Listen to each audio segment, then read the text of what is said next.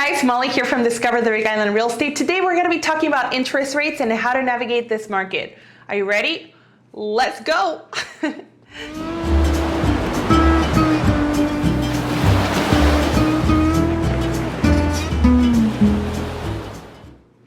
Let me start by saying that if you are in need of a real estate professional, feel free to connect with me at discoverthebigisland.com. My partners and I service the entire island of Hawaii, and it will be my pleasure to help you and your family get a property here in paradise. Now, with rates now close to being double than what they were 6 months ago in December, how much has that impacted your actual payment? We're going to be diving right in. In December, when rates were approximately 3%, if, for example, if you borrowed $600,000, your principal and interest payment was $2,530. Of course, there are other figures like property tax and insurance that we're not taking into account, but just to keep things simple and into perspective, today that rate is approximately 5.75%. To borrow that same payment amount, you would be now $3,501. So to give you now a new way to look at this, if you wanted to keep that payment from 6 months ago, instead of borrowing $600,000, you can only borrow today $435,000. In situations like this, we need to discuss strategy going forward. If you've been searching for a property, do you give up because now rates are higher and you qualify for less? Let me share a couple of thoughts that you may want to think about. Number one, we are not in a housing bubble like we were in 2007 and 2008. Demographics shows that we are short of housing here in Hawaii.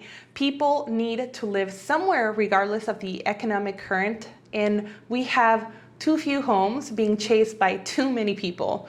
There's not one projection that I've personally seen of this trend getting any better anytime soon.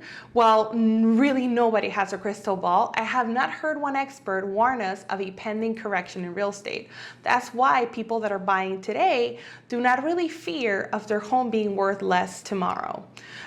Also, with a projected recession, rates may potentially come down.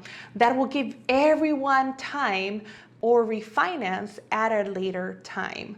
So you may say, Molly, you know what? I'll just continue to rent. Well, guess what?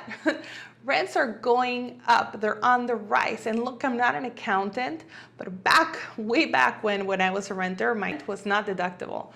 So by renting, you don't start really gaining any equity in your home. If you're looking at this market with investor lenses, and if you purchase a home for $600,000 with 5% down, you'll have to shell out $30,000 for the down payment. If that home increases in value by 5% every year for the next 5 years, at the end of 5 years, that $600,000 home will be now worth $732,000.